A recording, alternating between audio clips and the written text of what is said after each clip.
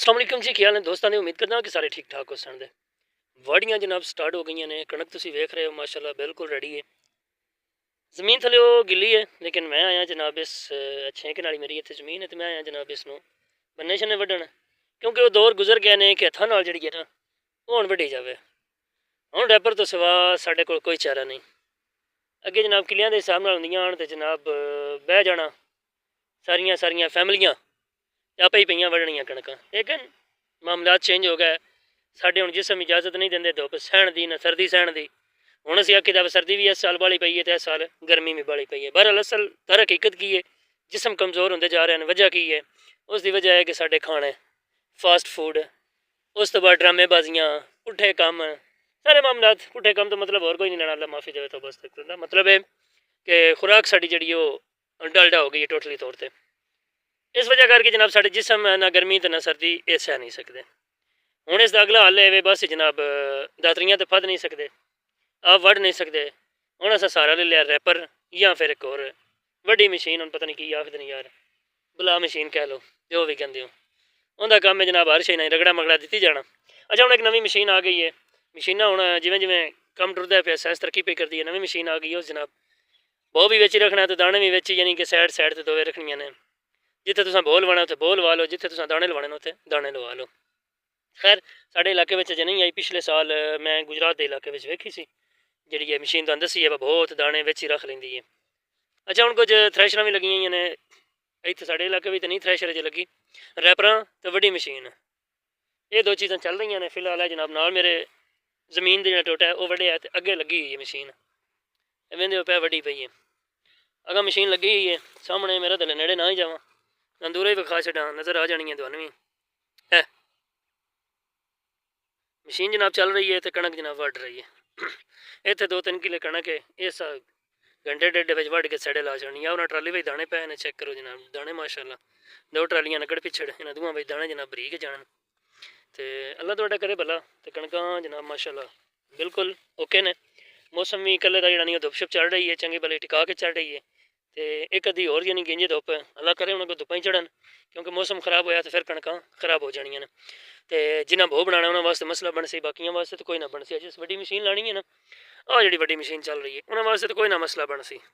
वो बारिश भी यानी कि समझो कि हो गई तो भी उस इस विचों वड़ के उतो उतो सिटे ज लाने, इस सामने ला लू के दाने साढ़े ला देने। लेकिन एक जिन्हें भो बनाने ना तो रैपर लानी है तो थ्रैशर को गवानी है, उन्होंने वास्ते मसला बन सी। तो अजे वड़ीती पई हुई उत्ते बारिश हुई तो गिली हो जानी है, थ्रैशर को नहीं जनाब वड्डनी। तो जे खलोती है तो बारिश हुई तो फिर रैपर को नहीं वड़नी जिन्ना चिर सुक्की ना। मामलात सारे जनाब माशाल्लाह सीधे सीधे इन, अल्लाह पाक खैर फरमाए। तो तुसां हुण दुआवां करनियां ने, रल मिल के करनियां ने। अल्लाह करे तो किसान जिहड़ा नहीं वो अपनी अपनी फसल चुक लवे। अच्छा इहदे विच एक होर दो चीज़ां मौजूद ने कि काफ़ी सारे उलमा दसदे ने कि हदीसां ने कि जिहड़ी फसल हुंदी है ना उस दे विच हिस्सा हुंदा गरीबां दा, माड़ियां बंदियां दा।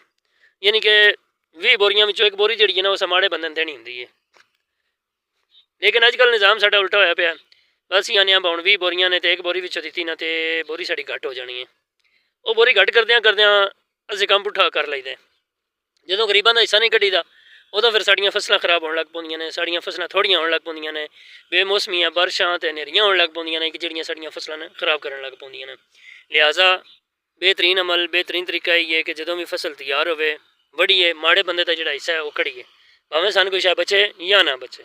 अगर नहीं भी बचती तो जी असी देने ना माड़े बंदे ने उन्हें असी यानी कि अपनी जमीन विचों अपनी फसल विचों हिस्सा कढ़ने माड़े बंदे का। पिछली जी रह जाती है ना भावें थोड़ी भी होवे उन्हें अल्लाह पाक बरकत पांदा है तो साढ़े वास्ते ढेर हो जाती है। जो असी माड़े बंदे नहीं देंगे अगली भी बरकत को नहीं पाँगी, तो अगों जी फसल आती उन्हें भी कोई बरकत पाँगी। लिहाजा बेहतरीन अमल बेहतरीन तरीका यही है कि जो कुछ हुक्म है उसके मुताबिक असी अपनी जिंदगी गुजारिए, अमल करिए, तो यही बेहतरीन तरीका कार है। लिहाजा मेरा दिल मैं भी शुरू करा, धुप चंगी चढ़ गई है, मेरा भी यही दिल है थले कोई फसल जमीन जी भी पीटी हो तो ही शुरू करा, यही ना थले मुढ़ा पटीन लग पाऊँ। अच्छा एक जनाब कैंच मैंच इन आखते ने, कैंच मैंच निक्के निक्के होंगे अस बाहर आवी दा आखी दा पीलू, अजे भी कुछ आखते होने दे। ये जनाब बड़ियां ही फायदेमंद ने, ये खानियां चाहिए ने। तुहानूं भी कदाइयों लभण तो कोई हरज नहीं है बेशक खावे अजे, लेकिन खड़ियां कालियां कालियां ने। ये पीलू में भी 2-3 किस्मां ने, एक काली होंदी है तो एक जे ना सबज है तो खट्टी जी होंदी है रंग की, माल्टे हार दी ना तकरीबन बन जाती है। वह भी बेहतरीन एक ही चीज़ यानी कि होंदी है। वैसे इन्हों का कलर होंदा ਪੱਕਿਆ ਹੋਇਆ ਹੋਰ ਹੋ ਜਾਂਦਾ ਤੇ ਇਹਦਾ ਕਾਲਾ ਹੋ ਜਾਂਦਾ। ਤੇ ਬਾਕੀ ਅੱਲਾਹ ਪਾਕ ਖੈਰ ਫਰਮਾਵੇ, ਅੱਲਾਹ ਮਿਹਰਬਾਨੀਆਂ करे। ਤੇ मेरे दिल मैं वड्डा इंजे व्लॉग बनांदे वक्त ना ज़ाया करा।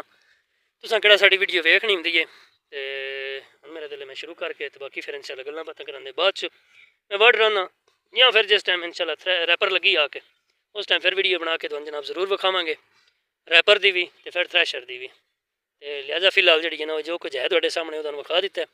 भाई होर जनाब पट्ठे पे वडेंदे न ते भाई होर जनाब रेहड़ी इन्हां दी खलोती है नाल पर सोलर प्लेटां वगैरह वगैरह वगैरह सब कुछ ने। ते फिलहाल मैंने दो इजाज़त, फिर मिलांगे नवीं वीडियो दे नाल। वीडियो साडी चंगी लगी है तो कोई लाइक कमेंट कर छड़िया करो, कमेंट च आके दस छड़िया करो किहो जी लगी है। तो तुहाडा जाना कोई नहीं सन, चलो कोई आहो आहो जैसी दा। तो चैनल नूं करो सबसक्राइब। हुण मैंने दो इजाज़त, अल्लाह हाफिज़, अल्लाह निगहबान।